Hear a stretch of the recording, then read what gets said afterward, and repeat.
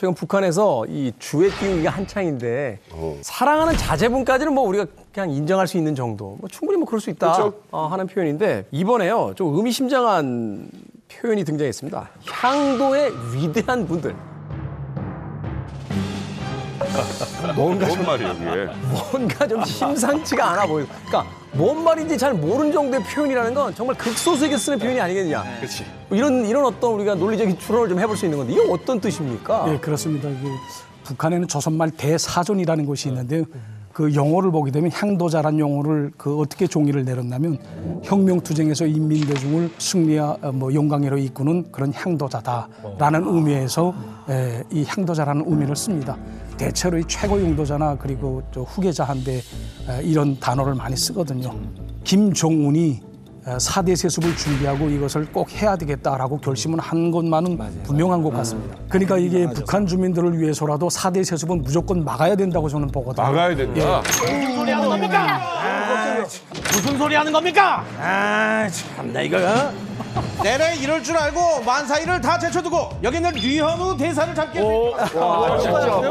아니, 이 리만감에 나와서 여기는 류현우 대사를 잡기 위해서 이렇게 왔어. 이 리만감에 나와서 우리 북조선의 고위층들을 빼가려는 속셈, 빼가려는 속셈. 내 이 속셈은 모를 줄 압니까? 내 이 속셈은 모를 줄 압니까? 아이고, 쎄네, 눈치챘어. 화가 잔뜩 납니다, 이게. 짭정훈 씨 그거 알아요? 뭐랍니까? 짭정훈 씨 그거 알아요? 뭐랍니까? 최근에 당신이 하는 행동을 보게 되면 딱 맛이 간 것 같아요. 딱 맛이 간 것 같아요. 우와. 래퍼입니까? 래퍼입니까? 이런 거랑 다른데? 이거 류현우 대사 이거 류현우 대사 이거 이 남조선 괴뢰들을 만나더니 손쓸 수 없을 정도로 황생물에 아주 그냥 괴뢰들을 만나더니 손쓸 수 없을 정도로 황생물에 아주 그냥 푹 빠져들어갈 거야. 황생물에 아주 그냥 푹 빠져들어갈 거야.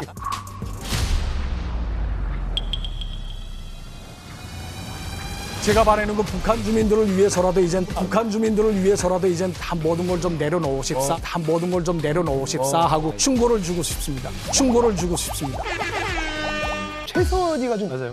많이 눈에 좀 띄거든요. 그럼요. 사실 김정을 하면은 사실 주변에 보면은 김여정 그리고 리설트 현송월 같은 여성이 좀 많은데 그 사람들하고는 좀 결이 좀 다른 그런 좀 사람인 것 같아요. 그러니까 사실 이게 어마어마한 것이 최선희는 백두혈통도 아니고요. 그리고 김정은이가 아껴주는 뭐랄까 가수 출신도 아니거든요. 근데 여성이 통역관을 시작해가지고 우리나라로 치면은 외교부 장관 자리에 그렇죠. 북한의 외무성의 수장이 됐다는 건 이거는 북한 아부장적인 그런 사회에서 여성이 한 부서의 장이 됐다는 건 이건 어마어마한 일입니다, 사실. 네. 자, 궁금한 게 있습니다. 류현우 대사님, 네. 최선희란 인물을 실제 보신 적 있습니까? 네, 일단 최선이라고 얘기하게 되면 접점이 굉장히 많다고 저는 생각을 합니다. 그리고 또 여기에서 최선희를 직접 만나고 최선희에 대해서는 어느 정도 제가 파악이 있다고 자부하고 있습니다. 진짜 놀라워요.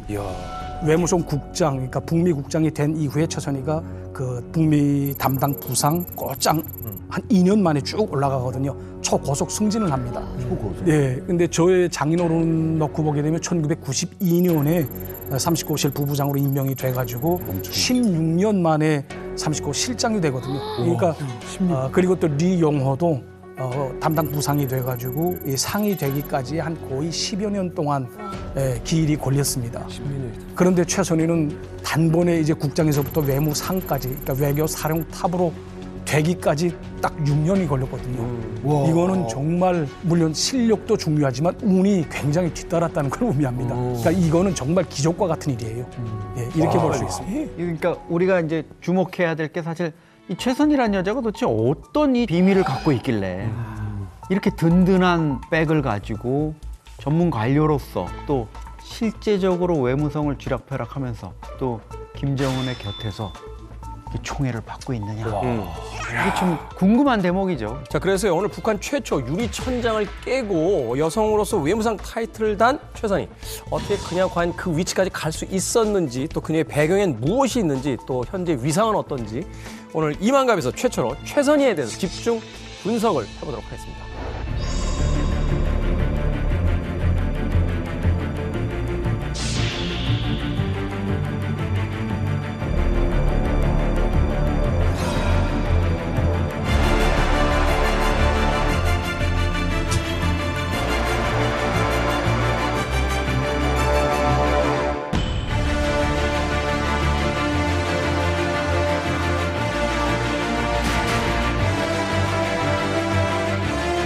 그러고 보니 대부분이 여성들에게 휩싸여 있는 김재원.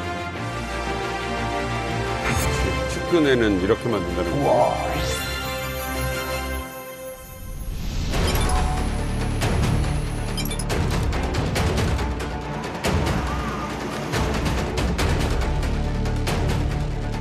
자신감이라고 해야 될까요? 그런 게 굉장히 있고 안절부절을 한 적은 없어요.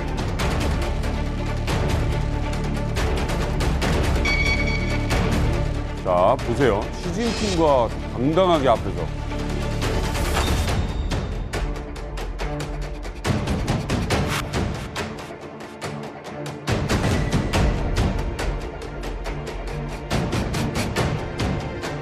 Our belief that we should strongly hold to the nuclear weapons to deter the possible U.S. attacks. The United States is trying to threaten DPRK with nuclear weapons, so we are trying to strengthen our nuclear capabilities in order to cope with the.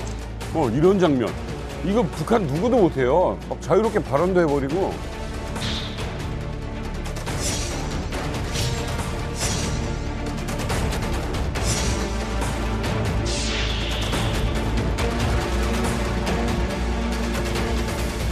야, 신기하잖아요. 그러니까 북한 사람들은요, 이렇게 내가 어느 위치가 돼도 항상 이렇게 눈치 보고 겸손함. 이거 아닌 사람 유일하게 한 명 있다가 고모부 죽었어요. 고모부 죽었어요.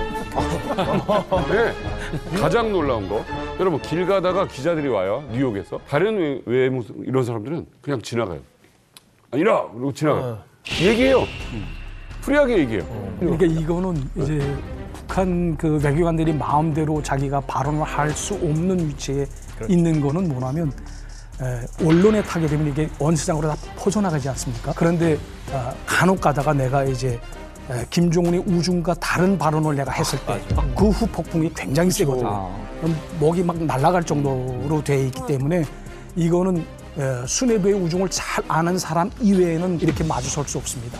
그러니까 자신만만하다는 걸 말해주고 있거든요. 그러니까 두 가지 측면에서 생각해 볼 수 있을 것 같아요. 말하자면 이제 자기의 발언에 책임을 질 수 있는 사람이라는 거고, 또 하나는 그렇다 할지라도 저렇게 자유자재로 그 언론과 미디어를 대하는 걸 보면 굉장히 어떤 그 서구적 사고방식이라든지 이제 제스처가 몸에 배어 있는, 그러니까 한마디로 북한 사회에서 이제 국제사회의 어떤 창구 역할을 하기에 최적의 인물로서 이제 선택된 그런 인물이 아니겠느냐 하는 생각이 드는데요. 일단 푸틴을 만난 거 아니겠습니까? 그러니까 북한에서 푸틴이라는 존재는 우리한테 미국 대통령과 같은 존재고 거기 나간 겁니다. 그다음 푸틴의 환대를 받죠. 물론 최선희 개인에 대한 환대라고는 할 수가 없습니다. 그렇지. 하지만 딱 보면 거의 뭐 제2의 정상회담과 같은 이렇게 분위기가 느껴지는 거죠. 라고 했을 때는 일단 최선희라는 인물이 어떤 대단한 능력자이면 틀림없다. 첫 번째고요. 두 번째로는 그 김정은의 총애를 받고 있거나 엄청난 신뢰를 받고 있다. 그다음 실제로는 여기서 그걸 끌어내거든요. 가서 그 푸틴의 방북을 끌어냅니다. 뭐 날짜는 정해지지 않았지만 뭐라고 얘기하냐면 북한을 방문할 용의를 표명하셨다라고 발표를 하거든요. 그러니까 일단은 그 약속은 받아낸 거예요. 언제인지는 모르겠지만 어쨌든 우리를 갖다 방문해 주겠다라는 거. 그러니까 북한의 입장에서는 엄청나게 큰 외교적 성과죠. 김정은이 전격적으로 발탁한 인물입니다. 그런데 현송월이나 이런 사람들처럼 무언가 친인척 관계에 있어서 오랜 어린 시절부터 어떤 교우 관계 이런 특별 가중치가 없는 인물이에요. 그런데 잔뼈가 굵은 최선인데 전격적인 외무상으로 발탁했다? 아버지 김정일 때만 하더라도 어느 정도 예측 가능성이 있었어요. 북한 인사와 관련해서. 적어도 외무상은. 왜냐하면 외무상이 되려면 일단 미국 통이어야 돼요. 미국에 대해서 오랜 실무 경험을 잘 쌓아왔던 사람이 외무상이 돼야 돼요. 최선이라는 여성을 외무상에 발탁했다는 거예요. 최선희 같은 경우에는 제가 보기에는 무제한 정보에 접근이 가능한 것 같아요. 많은 문건이라든가 자기 나름대로의 감, 외교적인 감을 키운 게 누구를 만나도 주눅이 들지 않는 그런 자신감. 그러니까 썬킴 전 주한 미국 대사가 북미 정상회담 때 카운터파트 역할을 맡고 나서 야 정말 최선희 터프하다. 그리고 북핵 육자회담이라든가 북핵 개발과 관련한 북미 협상 과정을 다 관통하고 있다. 이거는 뭐냐면 최선희가 그와 관련한 많은 노력을 해서 자기가 자신감을 갖고 있고 거기에 자기 뒤에 어떤 뒷배가 또 든든하니까 외교 무대에서 자신감이 나타나는 거라고 믿습니다. 그 센터장님께서 정말 좋은 말씀하셨는데 지금 그 썬킴 이름이 좀 헷갈리는데 저 학교 선배이기도 해요. 진짜? 진짜로? 그분은 성킴, 이쪽은 썬킴. 썬킴, 전 영화학교 그쪽 법대 로스쿨 나왔고 진짜. 야, 하다 성김 대사한테 숟가락 얻는 건 처음 봤다. 학교 선배라니까. 너무하네. 학교에 몇천 명이 있었는데 선배는 뭐. 물론 저도 이제 로스쿨을 졸업 못했지만 다녔잖아요. 진짜? 네, 진짜로. 성킴 전 주한 미 대사 같은 경우에는 미국 변호사였지 않았습니까? 평생을 검사, 율사로 살아왔던 성킴 전 주한 미 대사를 눌러버렸잖아요. 뭐냐면 기싸움에서 이긴 거예요. 왜냐하면 최선희 외무상은 영어는 잘하지만 비원어민이거든요. 이 말을 얘기할 때 영어도 마찬가지고 우리말로 얘기할 때 상대방의 기를 죽이는 건 부사예요. 보면 그 특히 이제 strongly, very 여기 액센트를 팍팍 넣거든요. DPRK's nuclear weapons are non-negotiable, unless the U.S. is prepared to coexist with the nuclear DPRK. Further strengthens our belief that we should strongly hold to the nuclear weapons to deter the possible U.S. attacks. 이걸 봤을 때 성킴 전 주한 대사도 느꼈을 겁니다. 비원어민이지만 이 여자 만만하게 볼 사람이 아니다. 근데 한 가지만 또 비하인드 스토리를 제가 잘 취재해가지고 2018년 때 이제 카운터파트가 성김 대사였잖아요. 근데 성김 대사가 그냥 터프하다라는 반응을 했는데 사실 최선희가 성김을 막 기싸움에서 누르고 성김 대사가 막 기에서 눌려서 완패하고 이런 건 전혀 아니었어요. 사실은 오히려 결과는 반대였죠. 미국 측이 요구하는 것을 처음에 이제 김정은의 명을 받아서 최선희가 한번 어깃장을 놨다가 실제 어그러졌거든요. 그러니까 최선희가 굉장히 난처해하면서 물밑으로 굉장히 유연한 태도를 미국 측에 보냈다는 거예요. 북한과 미국 간의 정상회담이 이어지는 그 테이블상에서 김정은에게 최선희가 굉장한 꾸지람도 받고 막 재떨이 날아가는 소리도 기자들 들었거든요. 그런데도 불구하고 최선희가 끊임없이 김정은을 부드럽게 설득하는 역할을 했었다는 거죠. 근데 그게 미국 측에서 무언가 대화의 여지를 살리려면 북한이 전향적인 모습을 보여야 된다라는 요구를 계속했는데 그 역할을 최선희가 굉장히 소프트하게 받아들이고 그걸 김정은의 귀에 거슬리지 않을 정도로 잘 조언을 했었다. 그래서 그 당시에선 김정은이 최선희를 깼지만 이후에 김정은이 냉정하게 차갑게 생각해봤을 때 그래도 최선희 동무의 말을 내가 듣는 게 낫겠구나 라는 판단을 할 정도의 유연성이 있는 인물이다. 이게 좀 정확한 표현 같아요. 근데 이제 사람 성격에 대해서 좀 이야기를 좀 해볼 필요가 있을 텐데 이게 성격이라는 게 공적인 자리에서 만났을 때 어떤 사적인 자리하고 또 다르고 맞아요. 외부 사람들하고 또 내부 사람들하고 있을 때 또 다르고요. 맞아. 그래서 앞서서 이야기했을 때 이제 터프하다라는 표현을 썼는데 이 남자가 특히 여자한테 터프하다는 표현을 쓸 때는 이게 여러 가지 의미가 있어요. 거칠다는 뜻일 수도 있겠지만 만만치 않다. 내가 좀 얕봤던 거가 있거나 혹은 내가 어느 정도 예상했던 수준인데 그걸 넘어섰다. 뭐 이런 여러 가지 어떤 의미가 있거든요. 유현호 대사님 보시기에 실제 성격이 어땠는지. 제 보기에는 그렇지는 않은 것 같습니다. 왜냐하면 이렇게 겉보기에는 그 최선희 외무상이 걸을 때도 이렇게 팔자고름 비슷하게 걷는 습관이 있어요. 하다 나니까 이렇게 흔들흔들하는 그런 모습이 연출이 되는 것처럼 보이거든요. 사실 이 걷는 모습 때문에 최선희가 뭐 터프하다, 최선희가 좀 곤방지다 뭐 이런 말을 조금 두를 수는 있겠지만은 저는 의외로 터프하다라는 그 말이 최선희가 아주 자신감을 가지고 있다라는 것으로 바꿔 표현했으면 좋겠다라는 말씀을 드리고 싶습니다. 최선희를 제가 처음 본 게 북한 해병석에 입사해서 처음으로 봤어요. 그때 토요일마다 강연을 하거든요. 강연하고 많은 분이 모인 다음에 이제 거기서 어떻게 하는가? 외교관만 내놓고 다 빠지시오 이렇게 하거든요. 그러면 다 빠지고 외교관이 몇 명 안 되죠. 한 400명 되는데 이제 최선희가 맨 앞에 있는 거예요. 그냥 북한은 서열대로 앉거든요. 국장 세표비서가 상 부상 앉고 쭉 앉거든요. 그런데 이제 마지막에 다 끝나고 일어설 때 우리는 뭐 상사들이 나가야 나갈 거 아니에요. 그렇죠. 그러니까 이제 거기서 이제 여자 부국장이 차선희가 딱 한 명인 거예요. 딱 일어서서 딱 돌아서 나올 때 보면 와 그때 봤거든요. 왜냐 강인이 되는 거예요. 남자들만 나오는데 거기서 여성 부국장이 딱 나오니까 봤는데 당당하다, 야심이 있다, 뭐 이런 느낌을 많이 받았거든요. 제가. 야 이게 자리가 또 사람 만드니까 거기서 약간 저 사람이구나 이런 분위기가 또 북한 내에서 있다는 거죠. 그렇죠. 자 근데 이게 참 신기합니다. 능력이 있다 이거예요. 근데 김정은이 정말 전적으로 신뢰한다. 예, 이런 장면을 보여준 게 바로 김근옥 영무함이라는 잠수함. 여기서 샴페인 깨는 거를 최선희가 한다.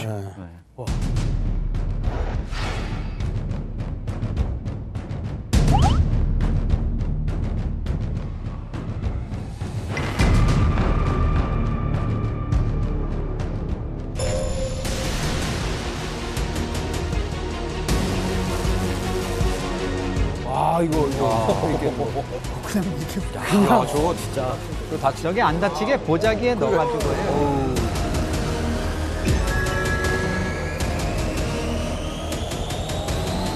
약간 골프 스윙 같아요. 사실 저런 진수우식 있지 않습니까? 샴페인을 깨는 북한의 고위 간부들도 이걸 잘 모르거든요. 예, 저도 뭐 여기 와서 알았는데 네네. 이 전문가가 아니고선 이걸 아마 모를 겁니다. 그렇죠. 근데 이게 아마 최선희가 김정은한테 뭐 이러이러한 것들을 아마 쭉 설명을 해주고 아 그러면 그대로 해라라고 아까 영상에서 보시다시피 이렇게 하라고 선짓하지 않습니까? 김정은이.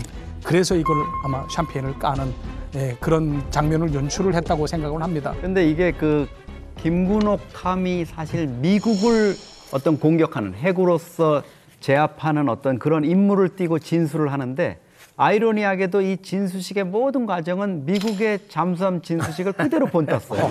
그러니까 잠수함 선수 부분을 성조기로 감싸서 하는 그 부분도 똑같이 성조기로 감싸고 모든 사실 이 액싱이라든가 샴페인 브레이킹 하는 게 서구 유럽에서부터 뭐 미국으로까지 다 지금 국내화된 관리화된 이런 의식인데 그걸 그대로 본땄단 말이에요. 근데 이거는 딱 세 가지입니다. 국가 원수 퍼스트 레이디가 하거나 아니면 그 배의 선주 그러니까 선박회사의 회장의 부인. 배우자가 하거나 맞아. 그 가장 공헌한 근로자의 부인이 이제 그 도끼를 가지고 밧줄을 끊고 샴페인 브레이킹을 하는데 이번에는 사실 좀 독특한 상황이었을 것 같아요. 북한 입장에서는 김정은이가 평소 때 같으면 당연히 이설주를 내세웠을 거예요. 근데 지금 이설주를 가급적 좀 뒤로 하죠. 뒤로 물러나게 하고 주애를 지금 내세우고 있는 상황이니까 주애한테 그렇다고 이거를 시킬 수는 없고 샴페인 브레이킹을 시킬 수가 없으니까 김정은 입장에서는 고민을 하다가 퍼뜩 떠오른 가장 적임자라고 생각한 게 자기가 가장 믿는 최선희였던 거예요. 어쨌든 최선희는 지금 보통 힘을 가진 사람이 아닙니다. 자, 그렇다면 최선희는 자력으로 이 자리까지 올라간 걸까요? 그래서 제가 이번에 최선희가 이 외무성에 입사 직전까지 이력이 담긴 간단한 프로필을 제가 준비했습니다. 어마어마합니다. 최선희 이력 이거 드문 건데. 이게 드문데요. 자, 물음표에서 외무상까지. 이걸 보시면은 어떤 이게 좀 떠오르시나요? 통역사 네? 했다고 전 들었었거든요. 통역사. 통역사에서 외무상까지. 쓰죠. 왜냐면 그 학생 때 중국이랑 오스트리아랑 이제 또 몰타라는 곳에 유학을 하고 그랬다고 했거든요. 근데 북한에서는 실은 북한 주민이 이 세 나라 이상을 갈 수 있다라는 거 말도 안 되는 거거든요. 그 진짜 0.001%에 속하는 사람만 할 수 있다고 얘기할 수 있는데 저는 딱 눈에 들어오는 게 한 이름이 딱 하나 들어오는데요. 최영림. 보자마자 최선희는 금수저인 것 같아요. 왜냐하면 아버지가 지금 최영림이거든요. 이 최영림이 어떤 사람이냐면은 최영림의 아버지 어머니가 김일성하고 항일운동을 같이 하다가 죽었어요. 근데 그 부모가 죽을 때 내한테 아들이 있는데 김일성한테 아들을 부탁한 사람이 최영림이에요. 그래서 최영림이가 해방이 된 다음에 어디에 가냐 만경대 혁명학원이라는 데 이제 들어가고 전쟁이 일어났을 때는 그 김일성 근위대 그 근위대 중대에 이제 배치돼 가지고 측근에서 김일성을 지켜요. 그래가지고 1.4.5 때 김일성이가 이제 쫓겨갈 때 그때 엄청나게 막 힘들잖아요. 근데 최영림이가 총을 들고 김일성 옆을 4일 동안 자지 않고 지켰대요. 그래가지고 서가지고 꾸벅꾸벅 조는 걸 김일성이 보고 그리고 나가지고 최영림을 자기 이제 간이 침대 눕혀가지고 자기 외투를 덮어줬다라는 그런 설화가 있고요. 그리고 또 김일성이가 직접 모스크바 대학교에 유학을 보내요. 그리고 러시아에 갈 때 심지어 최영림을 불러다가 유학생활 힘들지 않느냐, 어떻냐, 직접 챙겼어요. 그 말은 뭐냐면은 최영림은 고하거든요. 근데 그러면은 되게 주눅 들고 되게 힘들잖아요. 근데 최고의 아버지를 둔 거예요. 그게 누구냐? 김일성입니다. 와, 최고인데요. 그런 사람이기 때문에 저는 만약 그 사람의 딸이다 그러면요. 이건 뭐 금수저예요. 그냥 태어날 때 그냥 금수저를 물고 나온 여자예요. 자, 이게 통역사에서 외무상까지일까? 금수저에서 외무상까지일까? 정답은 있어요? 당구. 정답은 있어요? 당구. 정답은 있어요? 잠시 후에 일단 밝힙니다. 광고 듣고 오겠습니다. 그러니까 아버지는 어려웠다는 사람이네. 그렇죠. 출생이 1964년생이고 평양에서 일단 태어났으면 뭐 일단은 금수저다라고 봐야 되고 성주 씨가 얘기했던 것처럼 또 아버지를 전 내각 총리인 최영림으로 뒀다라는 것도 금수저의 단면이 될 수 있겠죠. 아버지. 그러니까 학력을 보면요, 일단 우리 류 대사님 나온 평양 외국어 학원을 나왔습니다. 외무상이 되려면 평양 외국어 학원, 북한의 외교를 총괄하는 엘리트의 요람, 여기서는 꼭 반드시 나와줘야 하는 엘리트 코스를 거쳤다는 거고, 아까 아라 씨가 언급했듯이 중국, 오스트리아, 몰타 등등등 어렸을 때부터 다양하게. 오래 하고 다양하게 했던 사람은 저도 처음 봤거든요. 그렇기 때문에 확실히 뭐 전무후무한 케이스는 분명하다, 이력은 그렇게 볼 수 있을 것 같아요. 그러니까 보통 외교관들을 일찌감치 조기 양성을 위해 가지고 해외에 보낼 때 보면 최선희 같은 경우에는 빨라도 너무 빨라요. 12살 때 갔어요. 조기 유학. 76년에. 그러네요. 76년에 중국의 베이징 제55중학교라 그래가지고 거기가 이제 외국 학생들이 많이 오는 곳인데 거기 가가지고 베이징 외대 부속중학교, 그러니까 외중 외고 나온 거예요. 이렇게 어릴 때부터 양성을 시키고 오스트리아, 몰타 뭐 이렇게 했고 아마 그 과정에서 끊임없이 이제 조기 교육을 통해 가지고 어학 교육을 받았을 거고 최선희가 그 아버지의 후광까지 더해지면서 뭔가 승승장구할 수 있는 기반을 마련한 거죠. 저희가 최영림 그 책임소기와 같은 아파트, 같은 동네에서 살았거든요. 또 같은 아파트에서도 또 같이 살고. 왜냐하면 이 최영림 책임소기가 그 주석부에서 김일성이 책임소기를 하지 않았습니까? 그러니까 저희 아버지도 1호의 부에서 그 경호사업을 주석부를 담당해 봐서 같은 아파트에서 살게 된 거죠. 세상에. 예. 같은 아파트요? 예, 그래서 우리 둘째 형님 같은 경우에는 1964년생인데 초등학교를 우리 최선희 외무상하고 같이 다녔어요. 나이가. 최선희 외무상하고 같이 다녔어요. 나이가 형님들. 아파트에 그러면 서로 알았어요, 최선이랑? 네, 뭐 70년대 말인가 그때 중국에 그 소년 유학 쪽으로 갔었거든요. 한 1, 2년 지난 다음에 이제 와서 방학 때마다 들어오지 않습니까? 그때 저희 아파트 쭉 올라가면서 최선희하고 쭉 오기는 그 과정에 제가 최선희 지나갈 때 향수 냄새 같은 아주 그 이상 야릇한 냄새가 확 풍기더라고요. 이상 야릇한 냄새가 확 풍기더라고요. 예, 70년대, 80년대 초까지만 해도요. 다른 여자의 향수 냄새를 아직까지 기억하고. 아니, 그때 북한이 없는 거지. 그때까지만 해도 네. 북한 사람들은 땀내. 맞아요. 예, 이 땀에 쫄은 냄새, 예, 이 그랬어. 머리에 쫄은 냄새 이게 다거든요. 땀내, 담배 냄새, 술 냄새 이 세 가지에서 왔다 갔다 했어. 맞습니다. 근데 최선이는 향이 달랐다. 예, 그 외국에 나갔다 왔으니까 벌써 냄새부터 다르거든요. 예. 김일성 때는 총리가 못 됐어요. 대신 주석부의 책임석이었습니다. 우리나라로 굳이 따지면 뭐 대통령 비서실장, 옛날 청와대 비서실장 정도예요. 그러니까 1호, 김일성에게 보고되는 문건을 최영림이 다 볼 수 있다는 거죠. 그리고 정말 중요한 거는 따로 독대를 해서 김일성에게 보고할 정도로 특수한 신뢰 관계였다. 이 최영림이라는 사람이 그런데 독특하게 아들 김정일 시대 때 총리에 등극하게 됩니다. 부총리에 이어서 총리에 등극하게 되는데 재밌는 게 김일성에게 충성을 하지만 비서실장으로서 동시에 그 정보를 후계자인 김정일에게도 제공하는 역할을 합니다. 그래서 김정일이 후계 구도를 세울 때에 상당한 공을 한 인물로 평가되고 있습니다. 그렇기 때문에 지금 보시면 2010년이에요.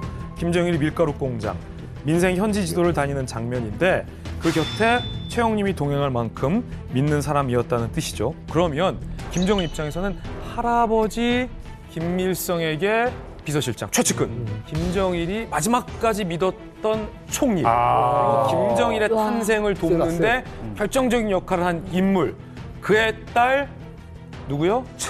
최선희가 김정은에게 갖고 있는 의미라는 건 어떤 것일까를 생각해 보면 이게 그냥 외국말만 잘한다고 되는 건 아니구나라는 걸 알 수 있죠.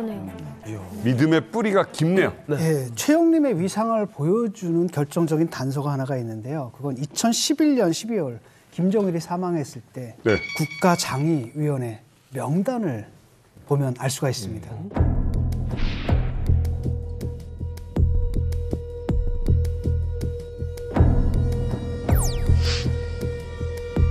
김정은 동지가 있죠. 그 밑에 김영남이 있죠. 바로 인체. 바로 거기. 이렇게 높다고? 서희 사면. 리영어보다 높네요. 이렇게 높다고요? 적어도 형식적으로는 서울 3위죠. 그러니까 제가 볼 때는 이분이 무슨 권력의 실세거나 이런 건 아니고 그런 건 아니다 하더라도 이 가문과 가문의 결합이라는 게 있어가지고 상당히 명예직으로서 높은 위치에 상징적으로 처해 있었던 것 같습니다. 그러니까 소위 우리나라 정치에서 소위 가신이라고 불리우는 그러니까 정치적인 인물이기도 하지만 집안의 가신으로서 이제 굉장히 높은 총애를 받고 있었던 인물이다.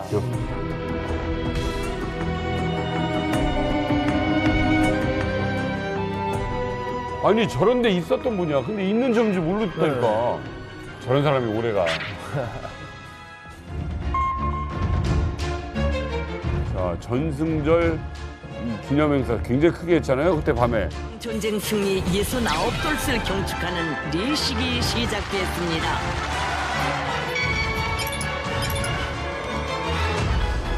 최선이다.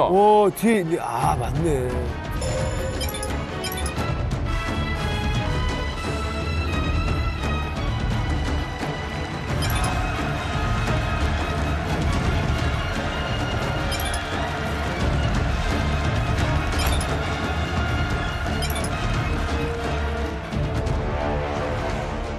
아니 못 일하는 분마저도 일어나지. 이 그 전쟁 노병은 영원히 잊지 않는다는 이 김정은의 말은 이 아바이 같은 아주 넓은 마음을 보여주는 그런 장면이 아닌가 이런 생각이 듭니다. 우리 최 씨 형님도 그렇고 우리 써니 동무도 그렇고 저는 사실상 우리 가족만큼이나 믿음을 주고 있다. 리만갑 우리 남조선 분들도 우리 써니 동무가 부럽다면 우리 1호인 제 말에 잘 귀를 기울이시면 되겠습니다. 그러니까 듣고 보니까 결국 최선희는 엘리트 코스를 밟았다. 그것은 북한 상위 0.001%에 해당하는 금수저 출신, 그러니까 아버지 최영님 때문이다. 이렇게 볼 수 있는 거네요. 그렇죠. 그런데 여기까지는 사실 조금만 관심을 갖고 파보면 누구나 알 수 있죠. 그런데 우리 이만갑은 그렇지. 적어도 이만갑에서 김진 기자는 여기서 그치면 되겠습니까? 안 되죠. 저 표정 또 나왔어. 저 표정 또 나왔어. 최선희가 숨기고 싶어했던 두 가지 비밀을 오늘 이 자리에서 제가 공개하겠습니다. 첫 번째 비밀은 바로 출생의 비밀인데요. 출생의 비밀? 앞서 정답을 공개하지 않았었죠. 여기서 공개하기 위한 큰 그림. 어디에서 해무상까지 갔을까? 최선희는 아마 공개하고 싶지 않았을 건데요. 저 이만갑에서 공개하겠습니다. 정답은 바로 고아입니다. 정답은 바로 고아입니다. 아버지는 뭐야? 지금까지 얘기한 게 뭐야? 아빠 있었잖아요. 이거 너무 자, 김종민 씨. 최선희의 아버지가 누구랬죠? 최형님. 최선희의 성은 뭐죠? 최 씨. 아버지의 성은 뭐죠? 최 씨. 근데 제가 고아라고 했죠. 어떻게 된 겁니까? 뭐야? 자, 그 비밀은 바로 제 주머니에 있는데요. 거기서? 여기 주머니가 숨겨져 있거든요. 뭐지? 바로 최영님은 양아버지라는 겁니다.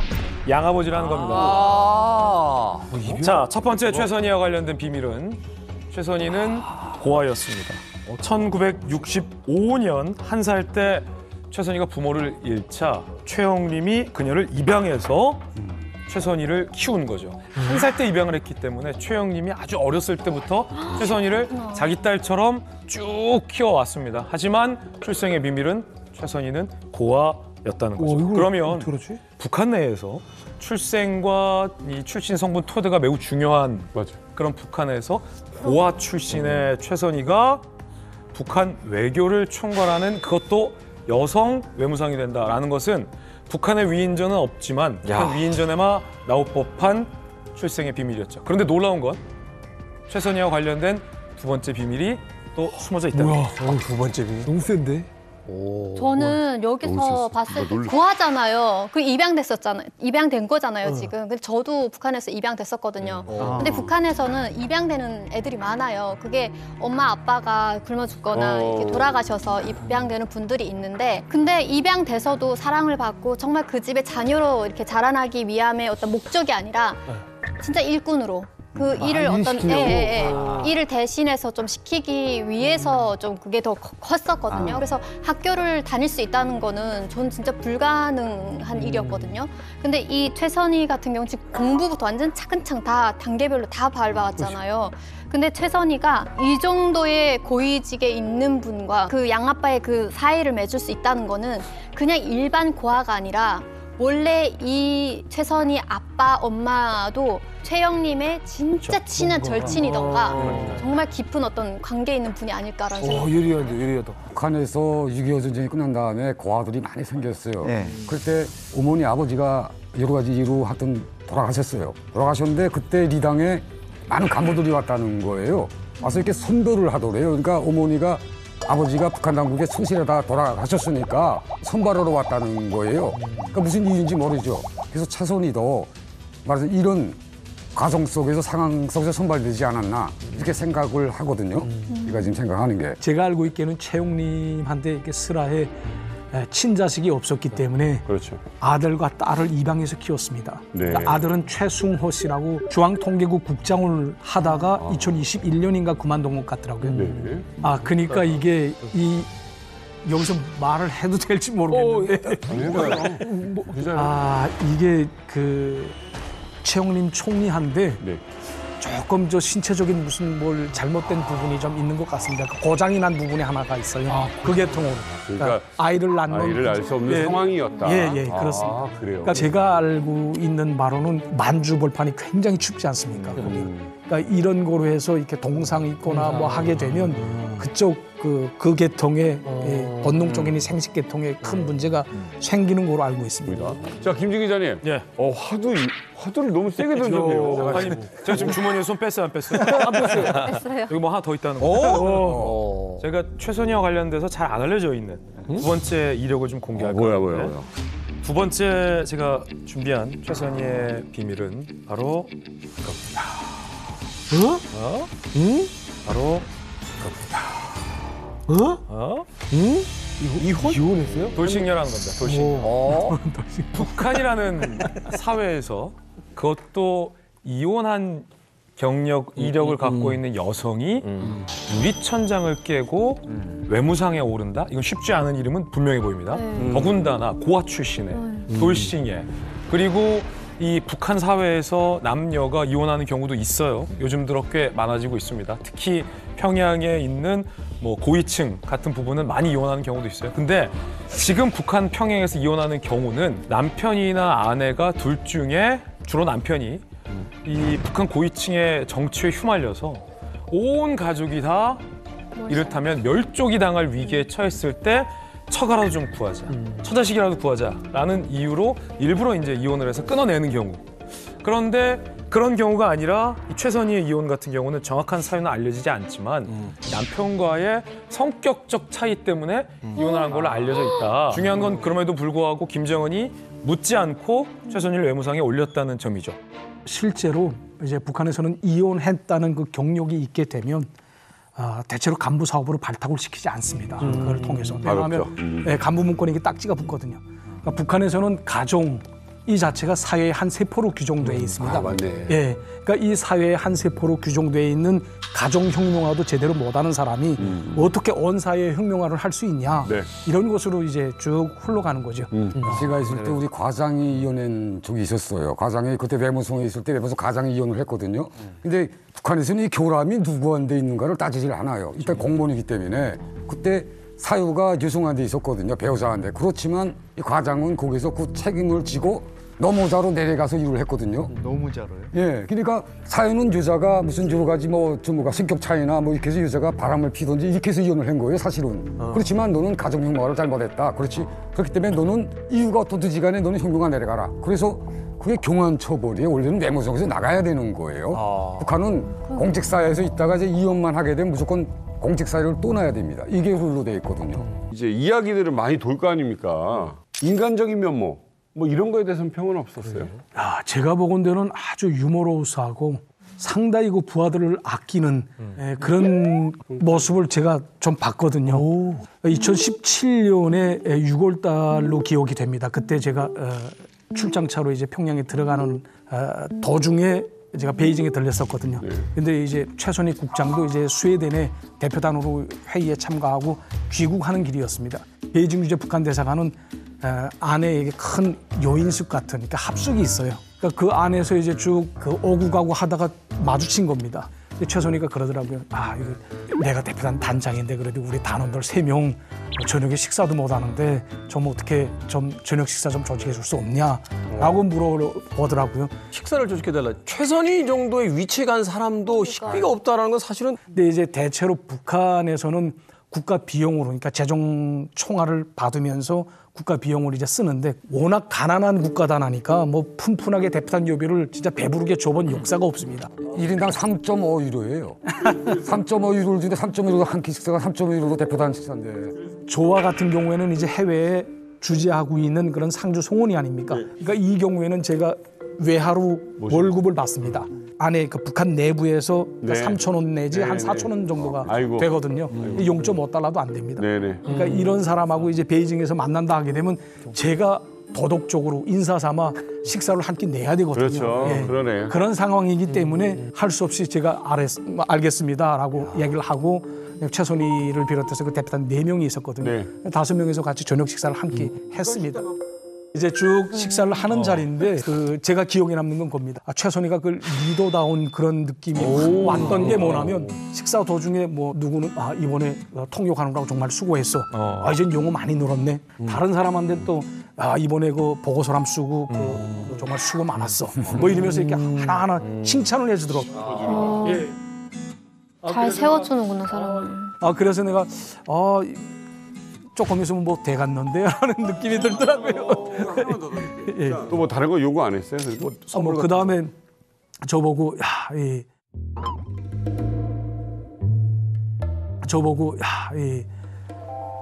향수를 좀 하나 좀 사달라고 하더라고요. 그래서 예민하시죠. 네, 이런 거 좀 얘기해요. 상에 예민하시네. 무슨 향수가 필요하냐라고 물어봤더니 자기가 쓰는 향수 브랜드가 있대요. 그래서 보니까 무슨 샤넬 산스라고 그거 유명한 거예요.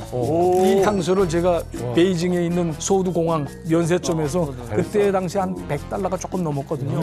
네, 뭔가 그래서 주면서 후에 나한테 도움이 될 것 같다라는 생각도 조금은 하셨어요?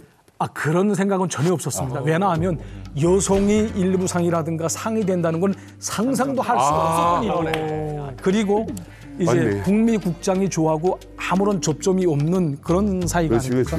인사권자라고 하게 되면 잘 보일 필요가 있는데 북미 국장이 뭐 저의 인사 사업을 뭐 관할하진 않거든요. 그래서 그저 그렇게 인간적인 측면에서 좀 부탁을 하길래 도와줬습니다. 당시 최선희 국장이 대사님한테 호칭을 뭐라고 하면서 향수 사달라고 했어요? 좀 리얼하게. 현우야. 뭐라고? 현우야. 누나 냄새 알지?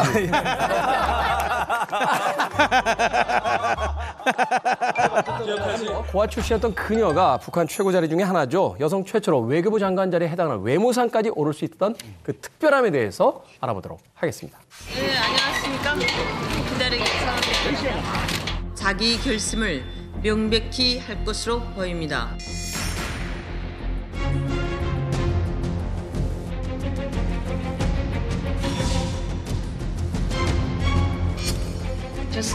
We have just come here for negotiations on. 자, 초반에 이제 통역을 담당하는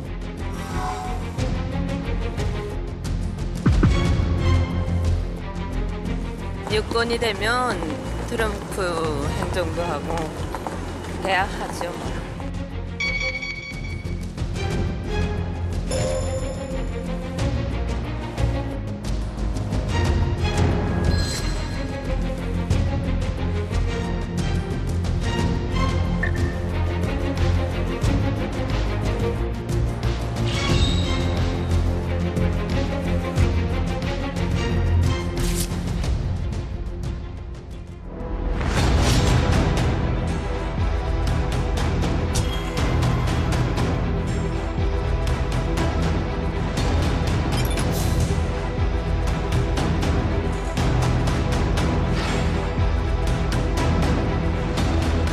우리가 시간도 적고 또 실내 구축 조치도 취했고 하지만 우리가 받은 상응 조치는 아무것도 없고 우리가 받아 하는 거는 배신감뿐입니다.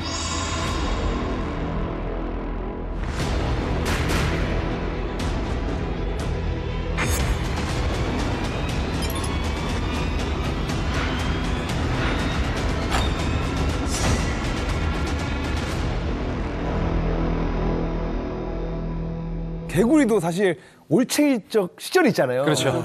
어떻게 보면 이 최선희도 처음부터 막 잘 나가고 그러진 않았을 것 같은데 외교부성 입성 초반엔 어땠는지도 너무 궁금하네요. 일단은 외무성이 외교부였을 때 1988년부터 이제 인연을 닿습니다. 인연을 만들기 시작했는데 Of the United States and in South Korea and its surrounding areas. 그때부터 저 여인은 누구지라고 우리도 그렇고 미국도 그렇고 관심을 갖기 시작했거든요. 당시 이제 우리나라 언론의 보도를 보면은 큰 맥락에서는 통역을 잘하지만 김계관 부상의 위트라든지 아니면 속담 이런 거는 스킵하고 넘어간다라고 그때 이제 보도를 했습니다. 지금으로부터 거의 30년 전이지 않습니까? 30대 후반의 최선희 외상의 모습을 지금 우리가 볼 수가 있는 거죠. 그런데 한편으로는 얼굴은 풋풋해 보이지만 저 때의 헤어스타일이 지금까지 그대로 유지되고 있다는 거잖아요. 최선희라는 사람의 캐릭터는 그렇게 크게 사실 변하지 않았어요. 그때 최선희의 역할에 따라서 어느 때는 굉장히 미국을 대해서 배짱 있는 센 발언을 했다가 어느 때는 물밑에서 미국과 상냥하게 대화했고 역할에 대한 변화가 있었지 최선희라는 사람은 그대로다.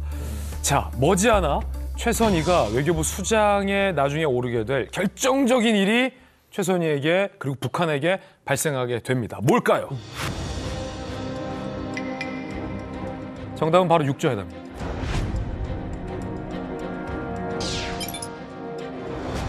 (2000년대) 북핵 문제 해결을 위해서 열렸던 육자회담. 거기에서 최선희가 통역을 담당하게 된 겁니다. 네.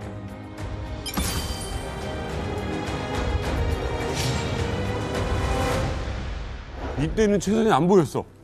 저 오른쪽 사람만 보이고. 저 때도 그냥 통역이 불과했거든요. 그럼 왜 이게 최선희에게 결정적인 순간이었을까? 육자회담은 2003년부터 2008년까지 이루어진 회담인데 역사상 육자회담이 갖는 의미는 뭐냐?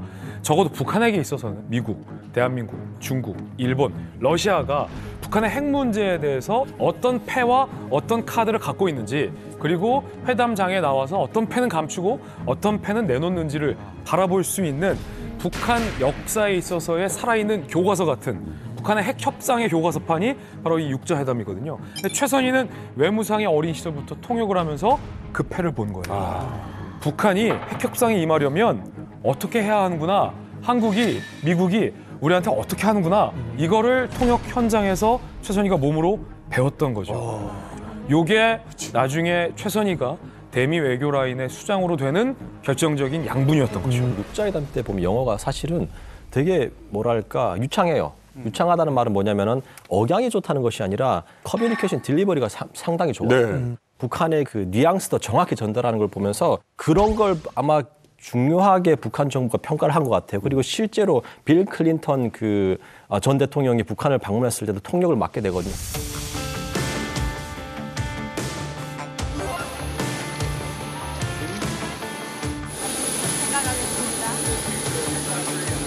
북한에 이제 뒷배라 그러면 중국이잖아요. 중국어도 해요.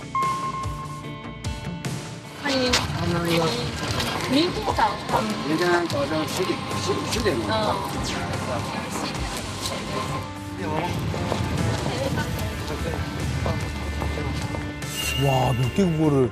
정말 실력이 대단한 거예요. 그리고 저는 여기서 더 중요한 것이 최선희가 어릴 적에는 최영님의 손에서 자랐는데 최영님이 김일성, 김정일, 김정은까지 살아남은 건 그만큼 노련한 정치인이라는 걸 생각하거든요. 노련함을 배운 거예요. 그리고 강석주랑 김계관은 북한의 외교를 세계에 올려놓은 인물들이에요, 사실. 이 사람들을 따라다니면서 외교의 감각을 키운 거죠. 최선희 외무상 같은 경우에는 장기를 뚫 때 장기 알을 보는 것이 아니라 판을 보는 능력을 키운 것 같아요. 그래서 저희 장기 배울 때 초짜들은 알 보고 막 하잖아요. 그렇죠. 근데 고수들은 딱 머리를 딱 들고 그 판 전체를 보잖아요. 아마 이게 최선희를 외무상으로 만든 가장 큰 능력이 아닌가 저는 그렇게 생각합니다. 네. 아무리 머리가 좋아도 그렇지 그 외국어라는 게 머리만 갖고 되는 건 아니고 수많은 노력이 있어야 됩니다. 특히 이제 북한처럼 외국인을 접하기 힘든 환경에서는 외국어 배우는 게 굉장히 힘든데 그 태용호 의원 있지 않습니까? 이분이 평양 외국어 학원하고 그다음에 중국 어렸을 때 중국 유학을 최선희랑 같이 했거든요. 잘 압니다. 같이 공부했던 태용호 의원의 그 회고에 따르면은 굉장한 노력파였고요. 오후에 그 학교 운동장에 나가가지고 그 교과서 있죠. 교과서의 내용을 갖다서 2시간 동안 시끄러운 소리로 큰 소리로 외치면서 외우면서 돌아다녔다고 합니다. 단지 금수저이기 때문에 거기 자리에 올라갔다고 보기 힘든 거예요. 나름대로 금수저이면서도 동시에 자기 노력을 엄청나게 한 거죠. 이게 지금 어쨌든 간에 순서는 잘 밟고 왔어요. 온 때가 좋아요. 근데 그래도 결정적으로 잘 나가는 계기가 있어야 되는데 네. 이게 김정은 집권 이후부터인 거죠? 그렇죠. 김정은 시대에 잘 나가려면 시기가 잘 맞았어야 되는데 그때 뭘 뚝 떨어져 있거나 어디 딴 동네에 있으면 안 되죠. 김정은이 후계자 시절에 뭔가 딱 스타트 라인에 대기하고 있어야 되는 거죠. 본격적으로 2016년이 한창 김정은이 핵미사일 피치를 올리면서 2017년 말에 방향을 전환하던 그 시기, 거기에 최선희가 미국국 국장으로 있었던 거기에다가 이 관운이 또 좋습니다.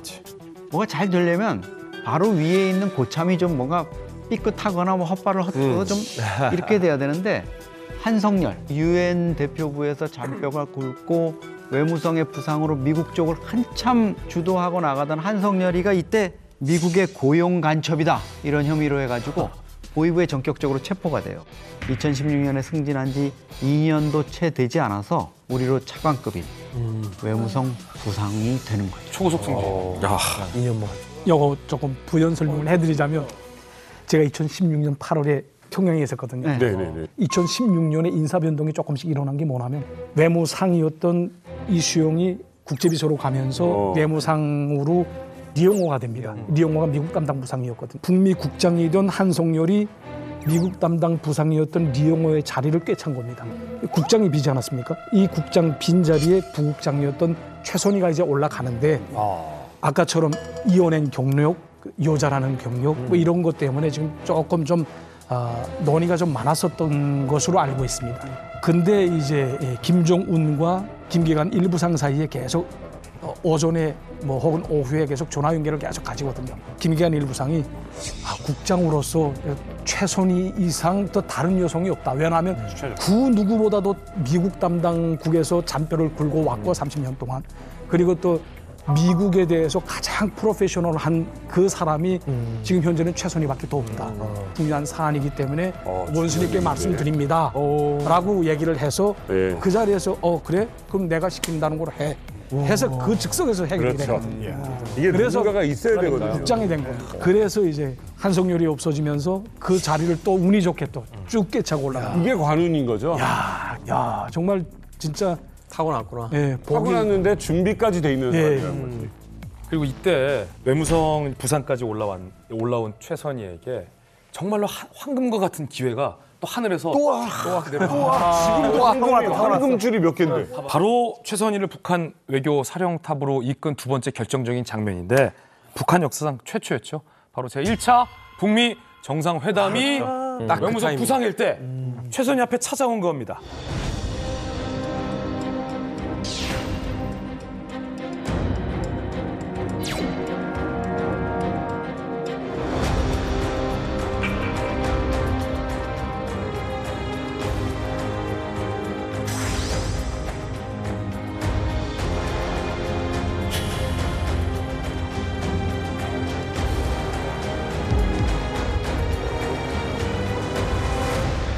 그때 최선희 때문에 결정적으로 북미 회담이 어그러집니다. 무슨 말입니까? 저는 그래서 자 여기서 퀴즈. 최선희의 무엇 때문에 미국으로부터 북미 회담 취소 통보를 받게 됐을까요?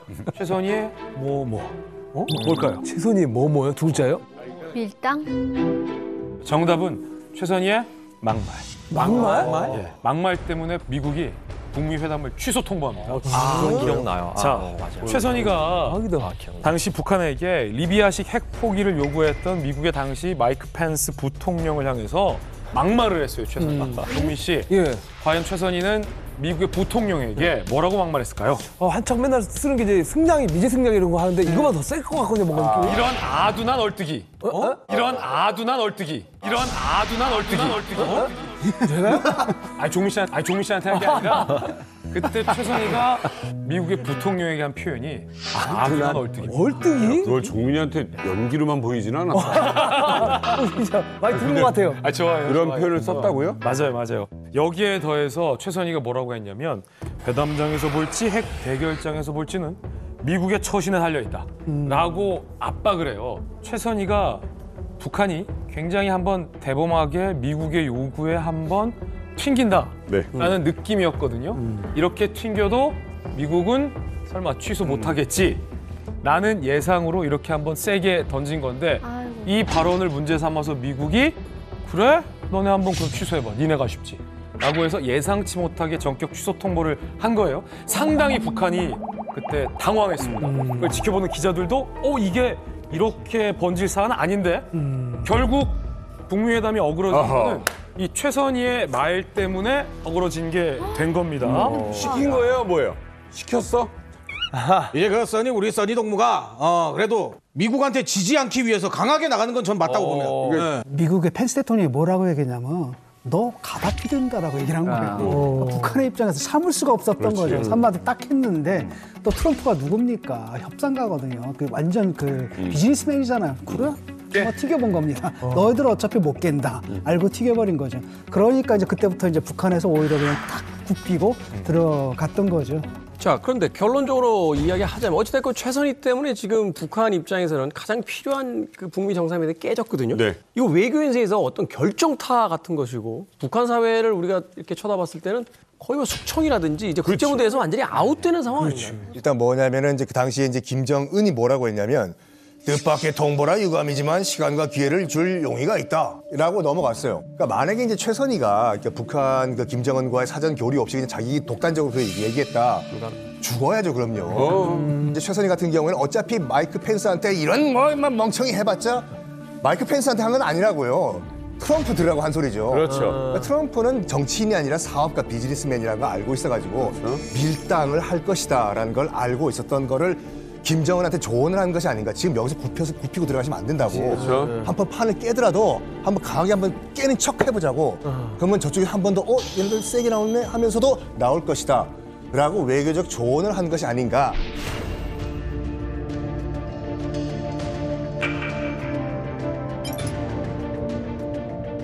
자, 그럼 최선희를 북한 외교 사령탑에 오르게 한 세 번째 결정적인 장면이 이제 딱 등장을 합니다. 궁금하네요. 어찌됐든 우리가 결과를 알고 있잖아요. 그래서 다시 북미가 만났죠. 네. 그런데 어디서 끝났습니까? 하노이 노딜로 끝났죠. 그렇죠. 역설적으로 하노이 노딜로 끝난 이후에 최선희에게 결정적인 기회가 찾아온 겁니다.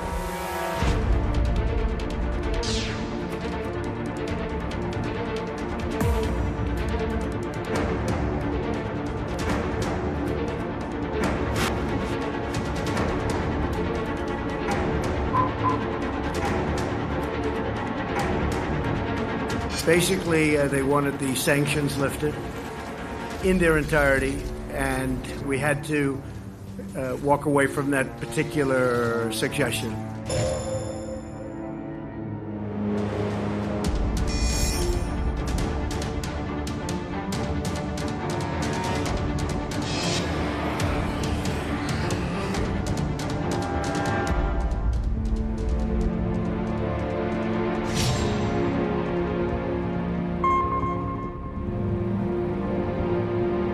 이러한 미국 측의 그 반응을 보면서 우리 국무위원장님께서 점이 고려에 대해서 좀 의욕을 잃지 않으시지 않았는가 그런 그 느낌을 제가 받았습니다. 앞으로 이러한 기회가 다시 미국 측에 차례지겠는지 여기에 대해서는 저도 잠잠하게 힘듭니다. 감사합니다. 야. 나도 살고 김정은 위원장도 살고 입장을 만들면서 끊지는 않는. 종민 씨, 최선희 발언 중에서 가장 인상적이었던 게 어떤? 아까 전에 봤듯이 김정은이 북미 거래 의욕을 잃었다는 느낌을 받았다. 그렇죠. 이거는 분명히 김정은의 그 말을 그대로 그냥 전한 것 같은 느낌? 그런 느낌 받았는데 최선희가 이 정도였나라는 생각이 드네요. 지금 북한 권력에서 이 역할을 하는 사람은 딱 한 사람뿐이 없습니다. 김여정. 내가 우리 최고 지도부, 그러니까 오빠한테 직접 물어보지는 않았지만 내 생각엔 이럴 것 같다. 최선희는 사실 일찌감치 이 얘기를 지금 하고 있는 거예요. 그래서 우리 지도부가 지금 의욕을 잃은 것 같다거나 또 심지어는 예견하는 듯한 얘기까지도 하잖아요. 이거는 정말 우리가 영상으로도 뭐 일부 공개가 됐지만 김정은이 그 호텔 방에서 대책회의를 하는 그 핵심 멤버로 최선희가 바로 옆에 앉아서 그러면서 지금 김정은 최고 지도자가 어떤 생각을 하고 있구나 하는 거를 다 간파해서 본인이 그걸 다 전파를 하고 있다는 거예요. 유 대사님은 저 당시에 어디 근무하고 계셨습니까? 예, 저 당시에 쿠웨이트에 있었습니다. 쿠웨이트에서도 저 뉴스를 다 볼 거 아니에요? 예, 뭐 완전히 관심사로 되어 있으니까 숨을 죽이고 봤죠. 최선희의 저런 발언 어떻게 보셨습니까? 저거는 이 김정은과 조율이 잘 되지 않으면 저런 발언을 할 수 없습니다. 자기 마음대로 아 우리 최고 지도자의 우중이 뭐 우욕이 떨어질지 정말 가늠이 안 간다라는 정도로 얘기하는 것 같으면 이거는 김정은의 우중을 그대로 반영했다는 걸 의미하지 않습니까? 네. 그렇기 때문에 사전에 둘이 조율이 있었다고 네. 저는 봅니다. 저는 다른 장면을 되게 주목해서 봤거든요. 리용호 외무상이 옆에 있어요. 리용호 외무상이 오늘은 기자분들의 질문을 안 받겠습니다. 맞아요, 그 얘기. 라고 선언을 해요. 그런데 최선희가 받아요. 그러면서 김정은의 심경 얘기를 꺼낸 거예요.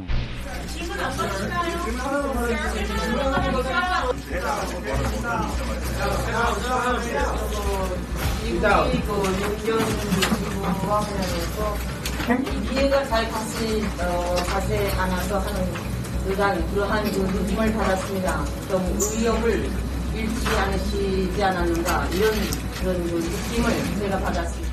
저 장면은 이미 외무상은 리용호지만 넘어갔네. 김정은과 더 가까운 사람은 최선희인 거예요. 그렇죠. 외무상 부상이 외무상을 보좌하는 게 아니라 형식적으로는 리용호 외무상을 옆에 두었지만 저 회담은 저 순간부터는 최선희가 이끄는 거예요. 맞네요. 자, 그리고 이로부터 한 달 뒤 김정은이 최선희를 야 이렇게까지 신뢰했어 하는 장면이 또 등장합니다. 뭡니까? 이야. 저걸 보면은 그렇지. 외무 부상이 오히려 더 실세라는 느낌이 드는 게 사실 앞좌석은 부관석이잖아요. 그렇죠. 근데 거기서 외상이 내리고 여기서 부상이 여기서 내린다. 최선희야말로 진짜 외무부의 실세다 이걸 얘기하는 것 같아요. 그렇죠. 게다가 당시 푸틴과의 만찬 자리를 한번 보면 헤드 테이블에도 최선희가 함께 있는 장면을 우리가 맞아. 목격할 수 있거든요.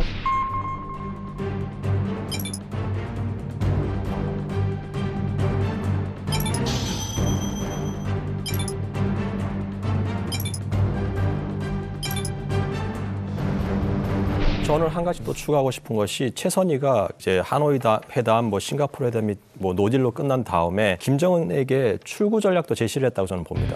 그게 뭐냐면은 지금 모든 회담이 지금 어그러진 상태에서 김정은과 그 참모들이 패닉 상태에 빠졌을 때 최선희가 이렇게 이야기했을 거예요.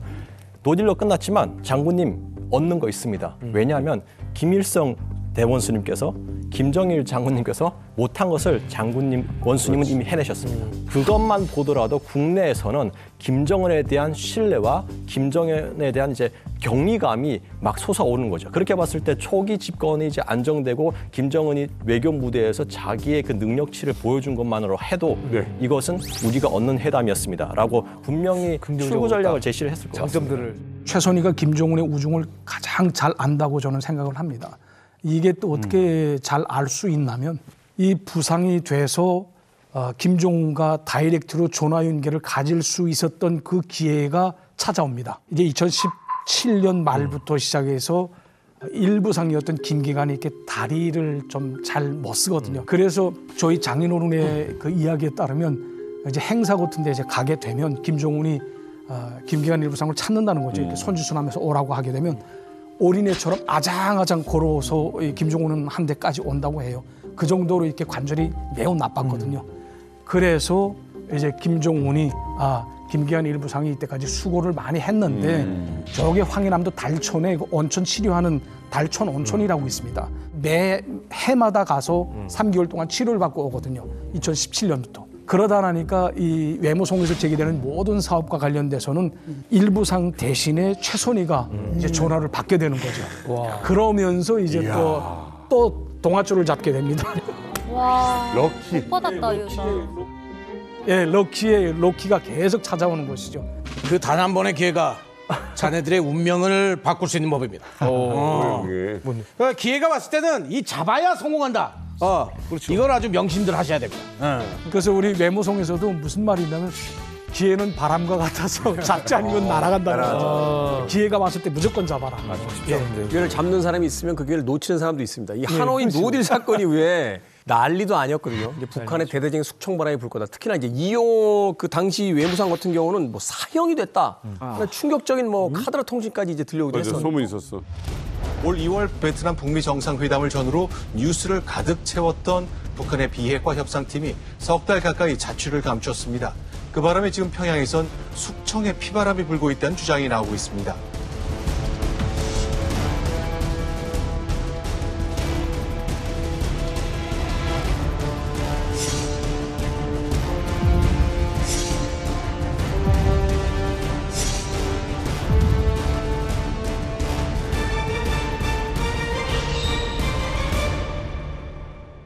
우선 김혁철과 같은 경우에는 이 회담이 끝난 이후에 바로 이 사람이 탄강에 내려갔습니다.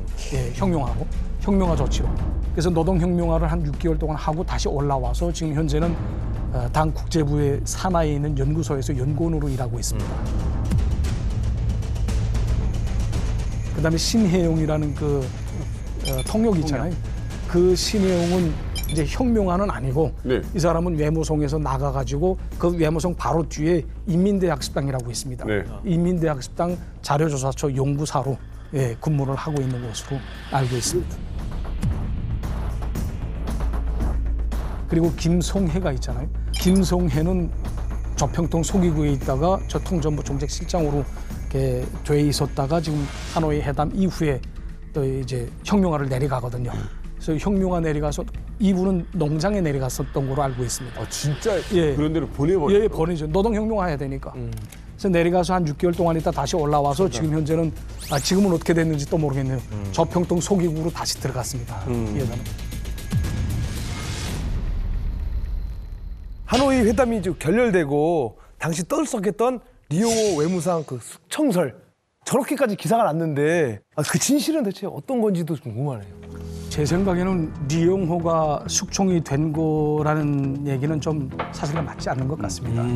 2019년 2월부터 3월 초에 이제 하노이 회담이 있은 직후에 이제 필요한 사람들은 다 혁명화를 내려갔거나 숙청을 당했었단 말이죠. 근데 이게 8, 9개월 지난 2019년 11월, 12월에 이 사람이 숙청을 당했다라는 보도가 나옵니다. 대체로 조성길 대사 대리도 그렇고 또 저도 그렇고 그때 그 시점에 탈북을 했거든요. 외교부다 하게 되면 외무성 자체 내에서 연대적 책임을 물어야 될 사람이 있거든요. 외무상이라든가 혹은 총방비서라든가. 그래서 아마 되지 않았겠나라는 생각이 듭니다.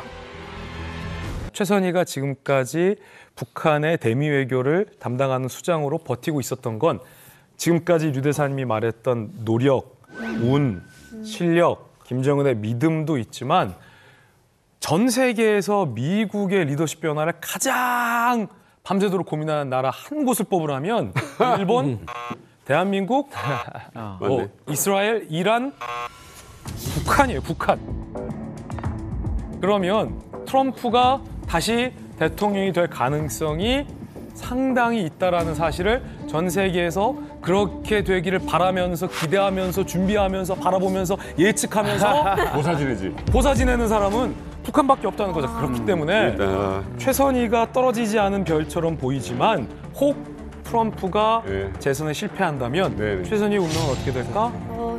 글쎄, 그러네요. 사실 운이라는 게 시대가 또 만들어줄 때도 있잖아요. 저는 김정은 시대가 최선희를 만들었다고 보거든요. 사실 저희가 김정은이 들어와서 가장 많이 했던 것이 보면은 TV에 리설주, 그리고 또 현송월, 최선희 이런 여성 리더들이 많이 등장하잖아요. 근데 저는 이게 어쩌면 북한이 계획하고 있는 4대 세습의 스토리를 만드는 건 아닌가 저는 그렇게 생각하는데 왜냐하면 북한은 가부장적 사회이고 최선희라는 인물은 그 쟁쟁한 남성들이 많은 데서 수장이 된 거거든요. 외무상이 수장이 된 거거든요. 그건 뭐냐면은 북한 사람들이 봤을 때 여자도 수상이 될 수 있네?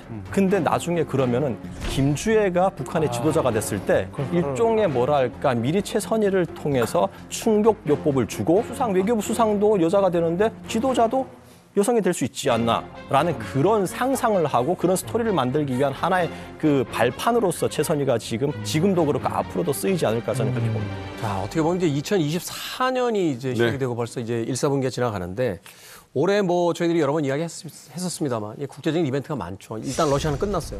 푸틴이 지금 87%로 당선이 됐고 만약에 이제 트럼프까지 당선이 된다.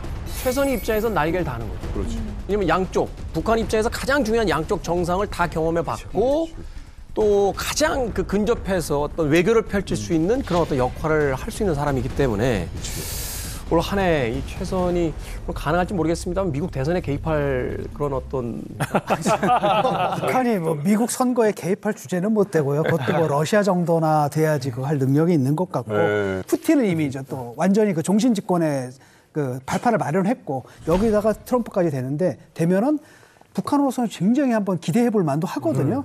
왜냐하면 이번에도 트럼프가 대통령이 되면은 국방장관이 될 것으로 유력한 사람이 있거든. 이 사람 인터뷰를 봤는데 뭐라고 얘기를 했냐면은 북한이 원하는 건 비핵화가 아니잖아요. 군축 협상이건 핵구축. 우리는 핵 보유국이다. 더 이상 안 만들겠다. 이거 가지고 풀어라. 이 사람이 뭐라 그러냐. 핵구축 협상? Why not? 할 수 있다. 이러면 이제 북한 입장에서 우와 이거 뭐야. 제가 볼 때는 이건 이제 떡밥 던지는 건데 그런데도 불구하고 북한에서는 우와 한번 기대해 볼 만하네. 이러다 보니까 누군가가 필요하죠. 누구겠어요? 최선희밖에 없는 거죠. 맞아요. 여기 리성관 보내겠어. 누구 보내겠어. 아까 말씀하다시피 올 한 해 정말 복잡 다단한 그런 해기 때문에 최선희와 같은 그런 인물들이 어떻게 이제 영향력을 발휘해 나갈 것인가라는 데 대해서 아주 우리가 좀 포인트를 좀 놓아야 될 것 같습니다. 국제 정세는 복잡해지겠지만 이만감의 시청률은 당분간 보장되겠다라는 생각. 저는 문득 든 아이디어인데 류 대사님이 최선희랑 어린 시절부터 친했잖아요. 만약에 북미 회담 판이 열리면 우리나라도 어떻게든 그 판에 지금 껴야 되는데 우리나라로 류 대사님이 지금 왔으니까 류 대사님을 우리나라 대표로 이 북핵 회담에 출석시켜서 최선희에게 저쪽이 나와? 내가 그때 향수 사주지 않았냐.